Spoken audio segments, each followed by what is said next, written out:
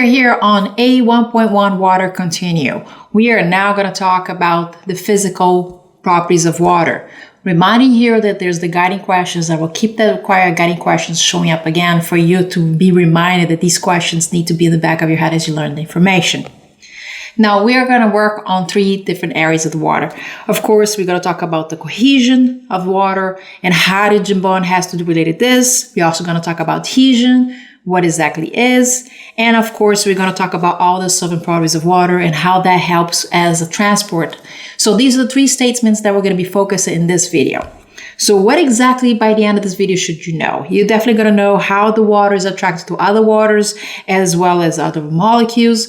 You're going to understand more about the idea of adhesion, where the water is connected to other types of molecules. You're going to learn about the transport of water and how because of its solvent properties, it's transporting things. You're going to also learn a bit about combining cohesive and adhesive properties together and how it relates to putting transpiration in plants, basically making water go through up the straw and so forth. So, properties of water. Now, when we think about the hydrogen bond of water forming with other molecules, it leads us to so many properties. And here are examples of properties. We have cohesion, adhesion, surface tension, solvent, buoyancy, viscosity, thermal conductivity, and specific heat. Now, we on this video are going to focus on these guys first. So we're going to go over each one of them and show you how the hydrogen bond of water connecting with other molecules are so important. Why is also water being so good and being charged helps with these kind of properties. So with that, let's start with cohesion. Cohesion here is basically water attracting other water. So it's whenever water is attaching to another water, we call that cohesion.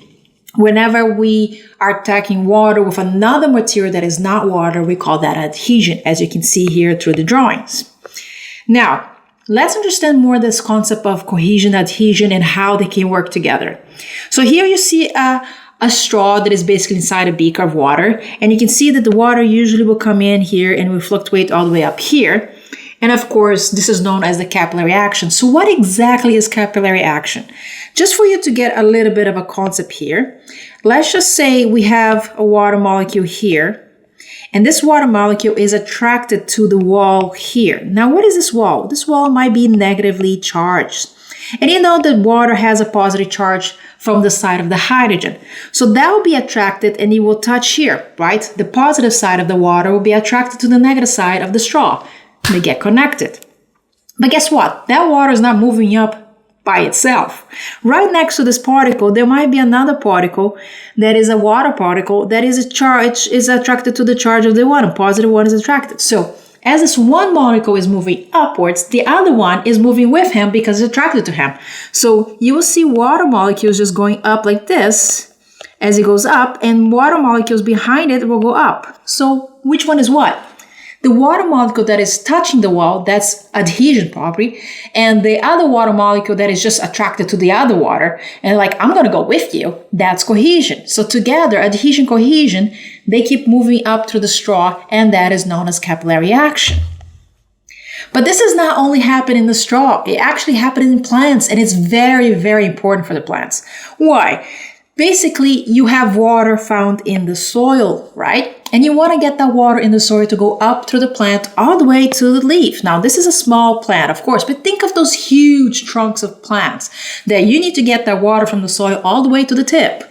How does that happen? Well, there is a certain type of vessel that goes from the bottom all the way to up, which we call it the xylem.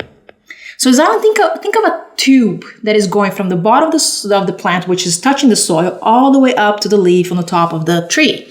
Now, this tube needs to bring the water from the bottom all the way up. How does that do? Again, adhesion, cohesion together. Just like you saw it here, in which the water went upwards by the properties of adhesion, cohesion, it's the same thing. The water is moving upwards through that tube through adhesion, cohesion, as the water is attracted to the walls of xylem, and other water is attracted to another water as you go up. And that's so important for the plant.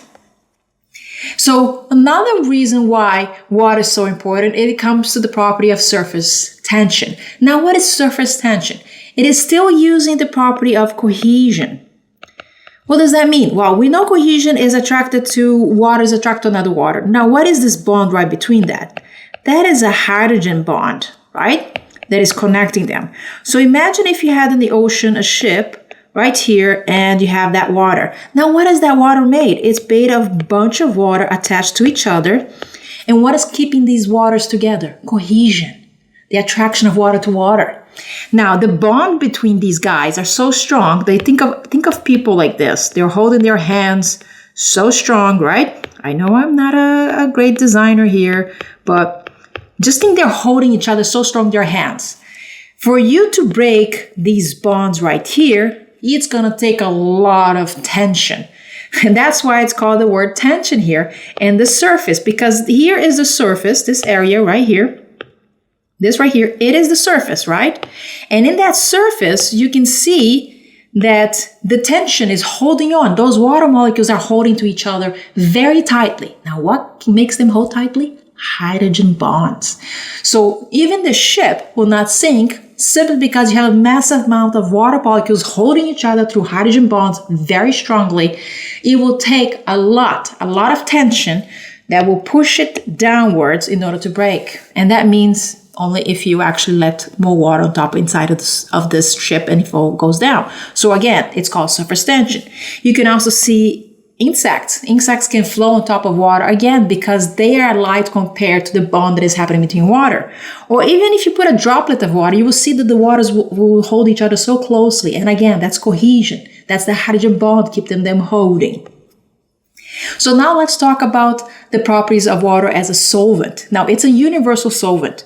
Now, why is it considered a solvent? Well, here's one clear thing. It is charged. It has a positive and the negatives. But just to be clear, let's understand one thing about the word solute, solvent, and solution. You need to understand this. Solute are usually the particles that are going to mix with water. It can be salt, it can be sugar, and then solvent in this case will be water. And solution will be a mix of water with salt, for example. That's what it means between solute, solvent, and solution. Now, water is the solvent. Why? Because you can dissolve a lot of particles inside the water. So you can mix sugar on water and sugar will disappear. You can mix salt on the water and it will disappear. Why? Because there's charges. See, the charges in the sugar will mix with the charges in the water, and the charges in the salt will mix with the charges in the water. And when they mix, they break these guys. Just to show you an example here, we have water with salt, which again, salt is made of NaCl. Now for the chemistry level, don't need to go that detail, but here's the thing. Sodium is positive charge and chloride is a negative charge. You see the charges here? Now we know that the hydrogen of the water, in this case, it is positive and oxygen is negative, partially, of course. Now, what's going to happen?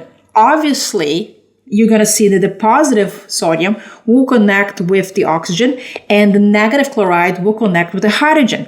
And you can see here how they are spread, right? So you can see right here between the chloride touching with the hydrogens, because again, chloride is negative.